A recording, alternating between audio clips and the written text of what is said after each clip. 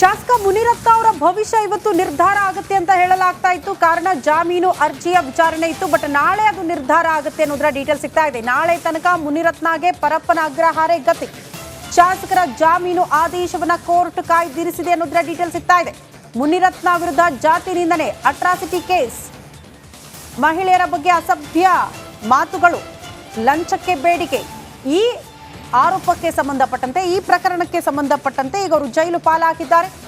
ಜಾಮೀನಿನ ಮೊರೆ ಹೋಗಿದ್ರು. ಜಾಮೀನಿಗಾಗಿ ಅರ್ಜಿನ ಕೂಡ ಸಲ್ಲಿಕೆ ಮಾಡಿದ್ರು. ನಿನ್ನೆ ವಿಚಾರಣೆ ಆದಂತಹ ಸಂದರ್ಭದಲ್ಲೂ ಕೂಡ ಪೊಲೀಸರು ಅವಕಾಶ ಕೇಳಿದ್ರು. ಆಕ್ಷೇಪಣೆ ಸಲ್ಲಿಸಬೇಕು, ಹಾಗಾಗಿ ಅವಕಾಶ ಕೊಡಿ ಅಂತ. ಇವತ್ತು ಆಕ್ಷೇಪಣೆ ಸಲ್ಲಿಸೋದಕ್ಕೆ ಅವಕಾಶ ಇತ್ತು. ಬಟ್ ನಾಳೆಗೆ ಈ ಆದೇಶವನ್ನ ಕಾಯ್ದಿರಿಸಿದೆ ಕೋರ್ಟ್ ಅನ್ನೋದರ ಡೀಟೇಲ್ ಸಿಗ್ತಾ ಇದೆ. ಈ ಬಗ್ಗೆ ಮತ್ತಷ್ಟು ಡೀಟೇಲ್ಸ್ ಅನ್ನ ಕೊಡ್ತಾರೆ ನಮ್ಮ ಪ್ರತಿನಿಧಿ ನಾಗರಾಜ್ ದೂರವಾಣಿ ಸಂಪರ್ಕದಲ್ಲಿ.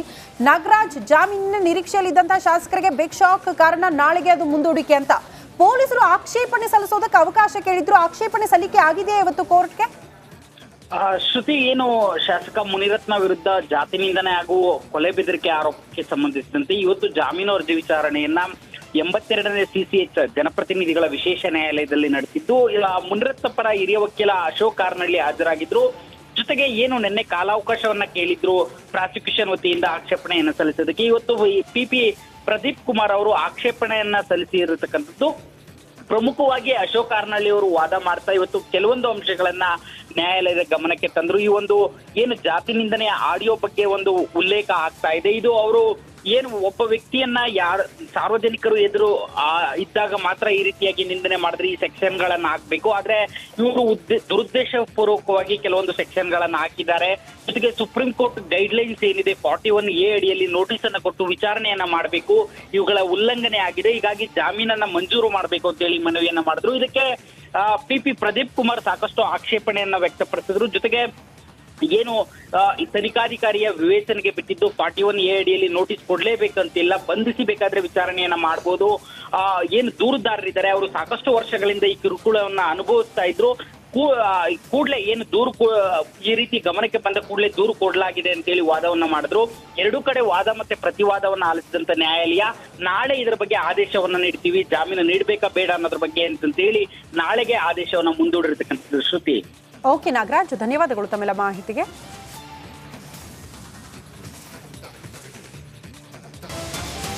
ಶಾಸಕ ಮುನಿರತ್ನ ಅವರ ಭವಿಷ್ಯ ಇವತ್ತು ನಿರ್ಧಾರ ಆಗುತ್ತೆ ಅಂತ ಹೇಳಲಾಗ್ತಾ ಇತ್ತು. ಕಾರಣ ಜಾಮೀನು ಅರ್ಜಿಯ ವಿಚಾರಣೆ ಇತ್ತು. ಬಟ್ ನಾಳೆ ಅದು ನಿರ್ಧಾರ ಆಗುತ್ತೆ ಅನ್ನೋದರ ಡೀಟೇಲ್ ಸಿಗ್ತಾ ಇದೆ. ನಾಳೆ ತನಕ ಮುನಿರತ್ನಗೆ ಪರಪ್ಪನ ಅಗ್ರಹಾರ ಗತಿ.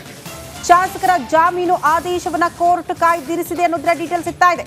ಮುನಿರತ್ನ ವಿರುದ್ಧ ಜಾತಿ ನಿಂದನೆ, ಅಟ್ರಾಸಿಟಿ ಕೇಸ್, ಮಹಿಳೆಯರ ಬಗ್ಗೆ ಅಸಭ್ಯ ಮಾತುಗಳು, ಲಂಚಕ್ಕೆ ಬೇಡಿಕೆ, ಈ ಆರೋಪಕ್ಕೆ ಸಂಬಂಧಪಟ್ಟಂತೆ, ಈ ಪ್ರಕರಣಕ್ಕೆ ಸಂಬಂಧಪಟ್ಟಂತೆ ಈಗ ಅವರು ಜೈಲು ಪಾಲಾಗಿದ್ದಾರೆ. ಜಾಮೀನಿನ ಮೊರೆ ಹೋಗಿದ್ರು. ಜಾಮೀನಿಗಾಗಿ ಅರ್ಜಿನ ಕೂಡ ಸಲ್ಲಿಕೆ ಮಾಡಿದ್ರು. ನಿನ್ನೆ ವಿಚಾರಣೆ ಆದಂತಹ ಸಂದರ್ಭದಲ್ಲೂ ಕೂಡ ಪೊಲೀಸರು ಅವಕಾಶ ಕೇಳಿದ್ರು. ಆಕ್ಷೇಪಣೆ ಸಲ್ಲಿಸಬೇಕು, ಹಾಗಾಗಿ ಅವಕಾಶ ಕೊಡಿ ಅಂತ. ಇವತ್ತು ಆಕ್ಷೇಪಣೆ ಸಲ್ಲಿಸೋದಕ್ಕೆ ಅವಕಾಶ ಇತ್ತು. ಬಟ್ ನಾಳೆಗೆ ಈ ಆದೇಶವನ್ನ ಕಾಯ್ದಿರಿಸಿದೆ ಕೋರ್ಟ್ ಅನ್ನೋದರ ಡೀಟೇಲ್ ಸಿಗ್ತಾ ಇದೆ. ಈ ಬಗ್ಗೆ ಮತ್ತಷ್ಟು ಡೀಟೇಲ್ಸ್ ಅನ್ನ ಕೊಡ್ತಾರೆ ನಮ್ಮ ಪ್ರತಿನಿಧಿ ನಾಗರಾಜ್ ದೂರವಾಣಿ ಸಂಪರ್ಕದಲ್ಲಿ. ನಾಗರಾಜ್, ಜಾಮೀನಿನ ನಿರೀಕ್ಷೆಯಲ್ಲಿದ್ದಂತಹ ಶಾಸಕರಿಗೆ ಬಿಗ್ ಶಾಕ್. ಕಾರಣ ನಾಳೆಗೆ ಅದು ಮುಂದೂಡಿಕೆ ಅಂತ. ಪೊಲೀಸರು ಆಕ್ಷೇಪಣೆ ಸಲ್ಲಿಸೋದಕ್ಕೆ ಅವಕಾಶ ಕೇಳಿದ್ರು. ಆಕ್ಷೇಪಣೆ ಸಲ್ಲಿಕೆ ಆಗಿದೆಯಾ ಇವತ್ತು ಕೋರ್ಟ್ಗೆ?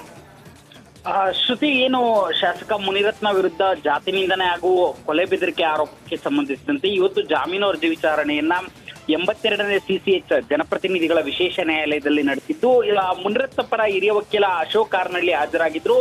ಜೊತೆಗೆ ಏನು ನಿನ್ನೆ ಕಾಲಾವಕಾಶವನ್ನ ಕೇಳಿದ್ರು ಪ್ರಾಸಿಕ್ಯೂಷನ್ ವತಿಯಿಂದ ಆಕ್ಷೇಪಣೆಯನ್ನ ಸಲ್ಲಿಸೋದಕ್ಕೆ. ಇವತ್ತು PP ಪ್ರದೀಪ್ ಕುಮಾರ್ ಅವರು ಆಕ್ಷೇಪಣೆಯನ್ನ ಸಲ್ಲಿಸಿ ಇರತಕ್ಕಂಥದ್ದು. ಪ್ರಮುಖವಾಗಿ ಅಶೋಕ್ ಕಾರ್ನಳ್ಳಿ ಅವರು ವಾದ ಮಾಡ್ತಾ ಇವತ್ತು ಕೆಲವೊಂದು ಅಂಶಗಳನ್ನ ನ್ಯಾಯಾಲಯದ ಗಮನಕ್ಕೆ ತಂದ್ರು. ಈ ಒಂದು ಏನು ಜಾತಿ ನಿಂದನೆಯ ಆಡಿಯೋ ಬಗ್ಗೆ ಒಂದು ಉಲ್ಲೇಖ ಆಗ್ತಾ ಇದೆ. ಇದು ಅವರು ಏನು ಒಬ್ಬ ವ್ಯಕ್ತಿಯನ್ನ ಸಾರ್ವಜನಿಕರು ಎದುರು ಇದ್ದಾಗ ಮಾತ್ರ ಈ ರೀತಿಯಾಗಿ ನಿಂದನೆ ಮಾಡಿದ್ರೆ ಈ ಸೆಕ್ಷನ್ ಗಳನ್ನ ಹಾಕ್ಬೇಕು. ಆದ್ರೆ ಇವರು ದುರುದ್ದೇಶ ಪೂರ್ವಕವಾಗಿ ಕೆಲವೊಂದು ಸೆಕ್ಷನ್ ಗಳನ್ನ ಹಾಕಿದ್ದಾರೆ. ಜೊತೆಗೆ ಸುಪ್ರೀಂ ಕೋರ್ಟ್ ಗೈಡ್ ಲೈನ್ಸ್ ಏನಿದೆ 41A ಅಡಿಯಲ್ಲಿ ನೋಟಿಸ್ ಅನ್ನ ಕೊಟ್ಟು ವಿಚಾರಣೆಯನ್ನ ಮಾಡಬೇಕು.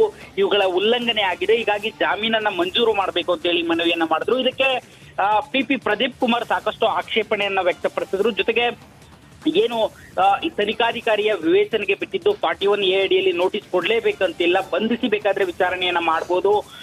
ಏನು ದೂರುದಾರರಿದ್ದಾರೆ ಅವರು ಸಾಕಷ್ಟು ವರ್ಷಗಳಿಂದ ಈ ಕಿರುಕುಳವನ್ನ ಅನುಭವಿಸ್ತಾ ಇದ್ರು.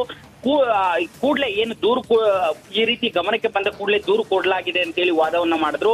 ಎರಡೂ ಕಡೆ ವಾದ ಮತ್ತೆ ಪ್ರತಿವಾದವನ್ನ ಆಲಿಸಿದಂತ ನ್ಯಾಯಾಲಯ ನಾಳೆ ಇದರ ಬಗ್ಗೆ ಆದೇಶವನ್ನ ನೀಡ್ತೀವಿ, ಜಾಮೀನು ನೀಡಬೇಕಾ ಬೇಡ ಅನ್ನೋದ್ರ ಬಗ್ಗೆ ಅಂತೇಳಿ ನಾಳೆಗೆ ಆದೇಶವನ್ನ ಮುಂದೂಡಿರ್ತಕ್ಕಂಥದ್ದು. ಶ್ರುತಿ. ಓಕೆ ನಾಗರಾಜ್, ಧನ್ಯವಾದಗಳು ತಮ್ಮೆಲ್ಲ ಮಾಹಿತಿಗೆ.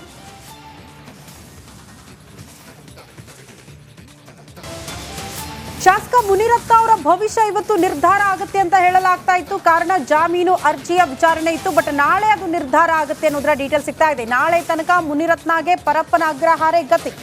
ಶಾಸಕರ ಜಾಮೀನು ಆದೇಶವನ್ನ ಕೋರ್ಟ್ ಕಾಯ್ದಿರಿಸಿದೆ ಅನ್ನೋದರ ಡೀಟೇಲ್ ಸಿಗ್ತಾ ಇದೆ.